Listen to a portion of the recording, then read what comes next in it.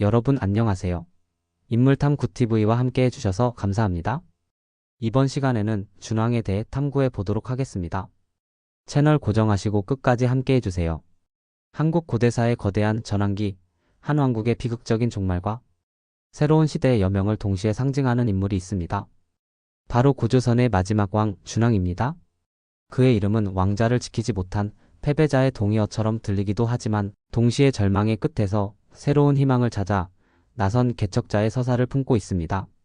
그는 한 왕조의 문을 닫은 마지막 군주였고 한반도 남부의 새로운 문명의 씨앗을 뿌린 선구자였습니다. 이 극적인 이중성은 준왕을 한국사에서 가장 입체적이고 흥미로운 인물 중 한 명으로 만듭니다. 이번 시간에는 준왕이라는 인물을 통해 한 시대의 경랑을 탐구하고자 합니다. 그는 과연 누구였을까요? 수천 년 이어져 온 왕국은 어째서 그토록 허망하게 무너졌을까요? 그리고 모든 것을 잃은 왕이 남쪽으로 향한 필사적인 여정 끝에 마주한 운명은 무엇이었을까요? 우리는 역사 기록의 파편과 차가운 고고학, 유물 속에 남겨진 그의 흔적을 따라가며 한 인간의 비극을 넘어 고대 국가의 흥망과 문명의 전파라는 거대한 역사의 흐름을 조명할 것입니다. 준왕의 이야기는 단순히 한 왕의 실패담이 아니라 절망 속에서도 꺾이지 않았던 의지와 새로운 시작에 대한 장대한 기록이기 때문입니다. 준왕이 고조선의 왕좌에 올랐던 기원전 3세기 말에서 2세기 초는 결코 평온한 시기가 아니었습니다. 그의 시대에 앞서 고조선은 국가의 운명을 뒤흔드는 거대한 시련을 겪었습니다. 당시 중국 대륙을 호령하던 전국 칠웅 중 하나인 연나라의 명장 징계가 고조선을 침략하는 사건이 발생했습니다. 이 전쟁은 기록상 한국사 최초의 국가 간 전쟁으로 고조선에게 뼈아픈 패배를 안겨주었습니다. 위락에 따르면 이 침공으로 고조선은 서쪽 영토 2000여 리를 상실하고 만번한을 새로운 국경으로 삼게 되었다고 전해집니다. 이 패배는 고조선의 세력을 크게 위축시켰고 정치적 중심지가 기존의 요동 지역에서 한반도 서북부의 평안도, 황해도 일대로 이동했을 가능성을 시사합니다. 한때 요동과 만주 일대에서 강력한 패권을 자랑하던 고조선은 준왕이 즉위할 무렵에는 영토가 축소되고 지정학적 위기에 직면한 상태였습니다. 하지만 위기 속에서도 재건의 노력은 있었습니다. 준왕의 아버지인 부왕은 진나라가 멸망하고 초안이 대립하는 중국의 혼란기를 틈타 잃어버렸던 영토 일부를 회복하는 등 적극적인 대외 정책을 펼치며 국가의 중흥을 꾀했습니다. 준왕은 바로 이러한 위기와 기회가 공존하던 격동의 시대에 선대의 유산을 짊어지고 역사의 무대에 등장한 것입니다. 준왕은 부왕의 뒤를 이어 고조선의 왕위를 계승했습니다. 부자 세습이 이루어졌다는 사실은 당시 고조선에 이미 왕위 계승의 원칙이 확립되어 있었음을 보여주는 중요한 대목입니다. 그러나 그의 혈통과 정체성을 둘러싼 논쟁은 매우 복잡하고 첨예합니다. 바로 기자 조선과의 관계입니다. 삼국지 위서 동의전, 이승유의 제왕옹기 등 후대의 여러 사서들은 준왕을 중국, 은나라의 현인이었던 기자의 40여 세손으로 기록하고 있습니다. 이 기록에 따르면 준왕의 성은 기씨이며 그의 이름은 기준이 됩니다. 이러한 기자 후예설은 특히 조선시대에 이르러 위만에게 나라를 찬탈당한 고조선의 정통성이 기자 혈통인 준왕을 통해 남쪽의 마한으로 이어졌다는 사만 정통론의 핵심 근거가 되었습니다. 하지만 현대사학계에서는 기자 조선의 실체 자체에 대해 비판적으로 접근하는 시각이 지배적입니다. 기자가 동쪽으로 와서 고조선의 왕이 되었다는 기자 동례설은 고고학적 증거가 부족하며 후대의 중국과의 문화적 연관성이나 역사의 정통성을 강조하기 위해 만들어진 관념일 가능성이 크기 때문입니다. 따라서 준왕이 실제로 기자의 후손이었는지 여부는 불확실하며 이는 준왕 개인의 정체성을 넘어 고조선 역사의 성격을 어떻게 규정할 것인가와 맞닿아 있는 중요한 학술적 쟁점입니다. 이 논쟁은 우리에게 역사 기록을 어떻게 비판적으로 읽고 해석해야 하는지를 보여주는 중요한 사례라고 할 수 있습니다. 준왕이 통치하던 고조선은 이미 고도로 조직화된 국가 체제를 갖추고 있었습니다. 왕 아래에는 국가의 중대사를 논의하고 행정을 담당하는 여러 관직이 존재했습니다. 사료에는 상, 대부, 장군, 박사 등의 관직명이 등장하는데 이는 고조선이 단순한 부족 연맹체를 넘어 중앙 집권적인 통치 조직을 운영했음을 보여줍니다. 그러나 고조선의 정치 구조는 내부의 본질적인 한계를 안고 있었습니다. 왕권이 존재하고 부자 세습이 이루어지는 등 중앙 집권적 군주제의 모습을 보였지만 그 기반은 여러 지역의 유력한 세력가들과의 연합에 있었습니다. 특히 상이라는 관직은 왕이 임명하는 단순한 관료가 아니라 독자적인 세력 기반을 가진 지역의 수장이었을 가능성이 큽니다. 위만 조선 시기 우거왕에게 간언하다가 받아들여지지 않자 자신의 백성 2천여 호를 이끌고 남쪽으로 이주해버린 조선상 역계경의 사례는 이를 명확히 보여줍니다. 이는 왕의 권력이 절대적이지 않았으며 지방 세력가들의 협조 없이는 국가를 통치하기 어려웠음을 의미합니다. 강력한 왕이 반독립적인 지방 영주들을 다스리는 이러한 구조는 고조선이 가진 내재적 취약점이었습니다. 바로 이 정치체제의 균열이 훗날 위만에게 쿠데타의 빌미를 제공하는 결정적인 원인이 됩니다. 한편 고조선 사회의 모습을 엿볼 수 있는 중요한 자료로 팔조법이 있습니다. 비록 현재는 새 조항만이 전해지지만 이를 통해 당시 사회상을 생생하게 복원할 수 있습니다. 1. 사람을 죽인 자는 즉시 사형에 처한다.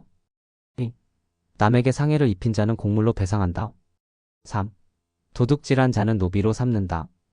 단, 속죄하려는 자는 50만전을 내야 한다. 이 법 조항들은 고조선 사회가 인간의 생명과 노동력을 매우 중시했으며 농업을 기반으로 한 사회였음을 보여줍니다.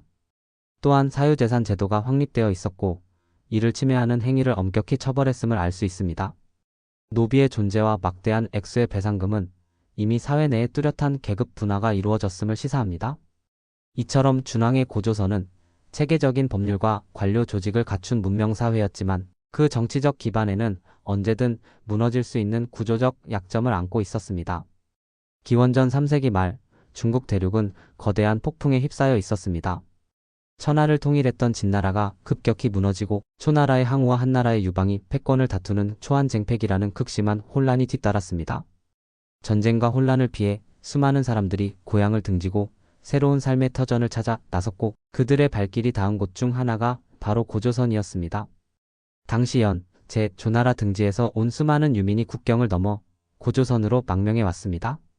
위만 역시 이 거대한 유랑의 물결 속에 있던 인물 중 한 명이었습니다. 그는 한나라 건국 후 연왕에 봉해졌던 노간이 한나라를 배반하고 흉노로 망명하자 그를 따르던 천여 명의 무리를 이끌고 동쪽으로 피신하여 고조선 땅에 들어왔습니다. 위만의 망명은 한 개인의 선택이 아니라 동북아시아 전체를 뒤흔든 정세 변화가 만들어낸 필연적인 결과였습니다. 이로 인해 준왕은 자신의 서쪽 국경에서 전례 없는 규모의 유민 문제를 마주하게 되었습니다. 망명자 위만은 준왕 앞에 나아가 매우 설득력 있는 제안을 합니다. 그는 상투를 틀고 고조선인의 복장을 한 채 자신과 같은 중국 망명자들을 규합하여 고조선의 서쪽 국경을 지키는 번병, 즉 외부의 위협을 막는 방패가 되겠다고 자처했습니다. 준왕은 이 제안을 받아들였습니다. 이는 훗날 왕위를 빼앗기는 결정적인 실책으로 평가받지만 당시 준왕의 입장에서 보면 이는 매우 합리적인 전략적 판단이었을 가능성이 높습니다. 당시 고조선은 두 가지 큰 문제에 직면해 있었습니다. 첫째는 통제 불가능할 정도로 밀려드는 유민 문제였고 둘째는 혼란스러운 중국과의 국경을 안정시켜야 하는 안보 문제였습니다. 위만의 제안은 이 두 가지 난제를 한 번에 해결할 수 있는 묘안처럼 보였습니다. 잠재적 위협이 될 수 있는 유민 집단을 활용하여 국경 방어라는 실리를 취하는 이른바 EJ 전략이었던 셈입니다. 준왕은 위만을 깊이 신임하여 그에게 박사라는 관직과 백리 땅을 봉토로 내려주고 서쪽 변경의 수비를 책임지게 했습니다. 이는 통제 불가능한 변수를 관리 가능한 자산으로 전환하려는 고도의 정치적 계산이었습니다. 그러나 이 위험한 도박은 준왕이 위만의 야심과 그가 유민 집단을 사병화하는 속도를 과소평가하면서 결국 파국으로 치닫게 됩니다. 왕국을 지키기 위해 만든 방패가 결국 왕의 심장을 겨누는 비수가 된 것입니다. 기원전 194년 준왕의 신임을 얻어 서쪽 변경에서 세력을 키운 위만은 마침내 숨겨왔던 발톱을 드러냈습니다. 그의 쿠데타 계획은 매우 치밀하고 교활했습니다. 그는 먼저 사람을 보내 준왕에게 거짓 보고를 올렸습니다. 한나라 군대가 10개의 길로 나뉘어 대대적으로 쳐들어오고 있으니 부디 수도인 왕검성에 들어가 임금님을 호위하게 해주십시오. 이 보고는 준왕이 외부의 위협에 얼마나 민감하게 반응할 수밖에 없는지를 정확히 파고든 계략이었습니다. 국경 방어의 책임을 맡고 있던 위만의 보고였기에 그 신빙성은 의심하기 어려웠을 것입니다. 준왕이 국가 안보를 위해 만든 방어 체계가 오히려 그를 속이는 가장 효과적인 수단으로 역이용된 순간이었습니다.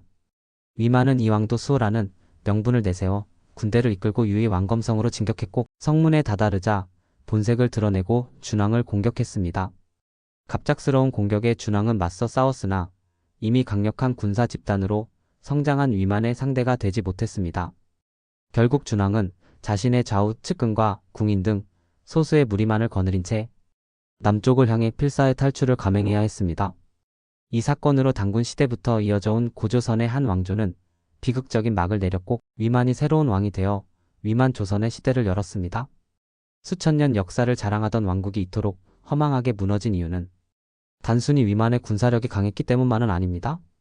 이는 앞서 지적한 고조선 정치체제의 구조적 한계, 즉 강력한 중앙집권 국가가 아닌 연맹왕국적 성격에서 비롯된 필연적인 결과였습니다. 왕이 수도에서 패배하자 각 지방에 흩어져 있던 세력들은 효과적으로 결집하여 저항하지 못했습니다. 위만의 쿠데타는 외부 세력의 침략이라기보다는 고조선 내부의 취약성과 분열이 낳은 비극이었던 것입니다.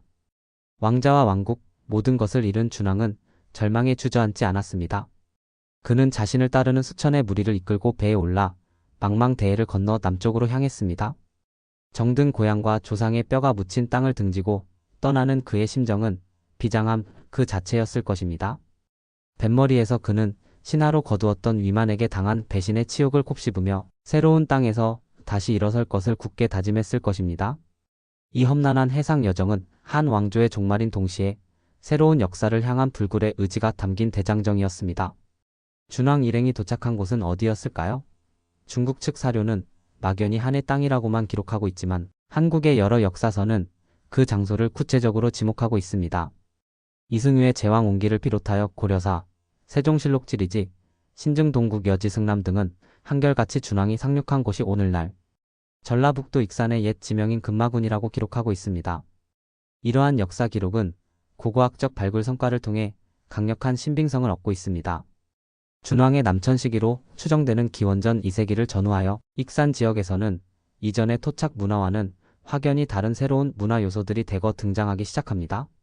이는 단순한 문화 교류를 넘어 북방 고조선계, 유민 집단의 대규모 이주가 있었음을 명백히 보여주는 물질적 증거입니다. 이처럼 역사 기록과 고고학적 증거는 준왕의 무리가 금강하구나 만경강 유역을 통해 익산 땅에 상륙하여 새로운 터전을 마련했음을 교차 검증해주고 있습니다. 고조선의 마지막이 익산 역사의 시작이 되는 순간이었습니다. 남쪽 땅에 정착한 준왕의 이후 행적에 대한 기록은 단편적이고 서로 상충하는 부분이 있어 해석에 신중을 기해야 합니다.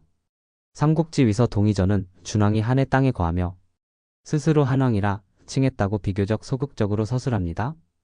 반면 후한서 동의열전은 마한을 공격해 격파하고 스스로 한왕이 되었다고 하여 그가 군사적 정복 활동을 벌였음을 시사합니다.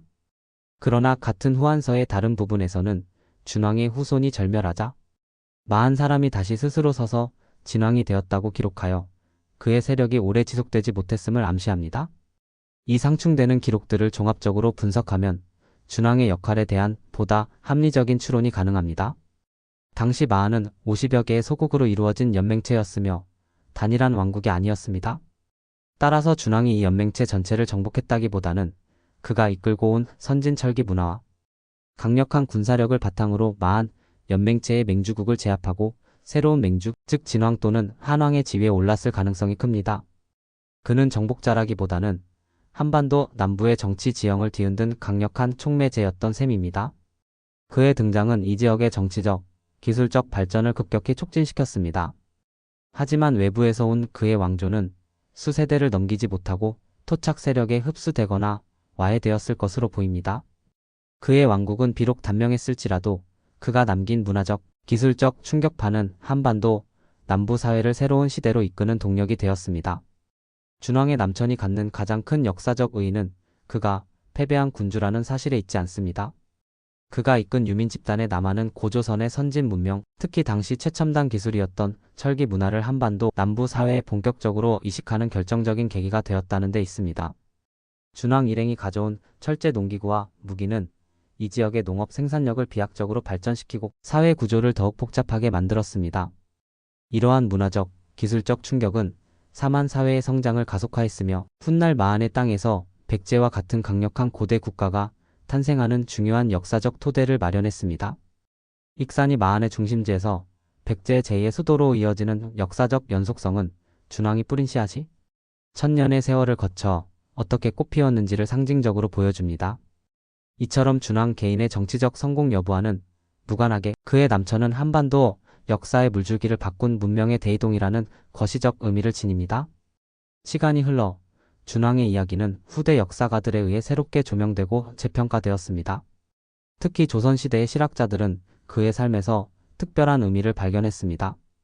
그들은 무력으로 왕위를 찬탈한 위만에게 고조선의 정통성을 부여할 수 없다고 보았습니다.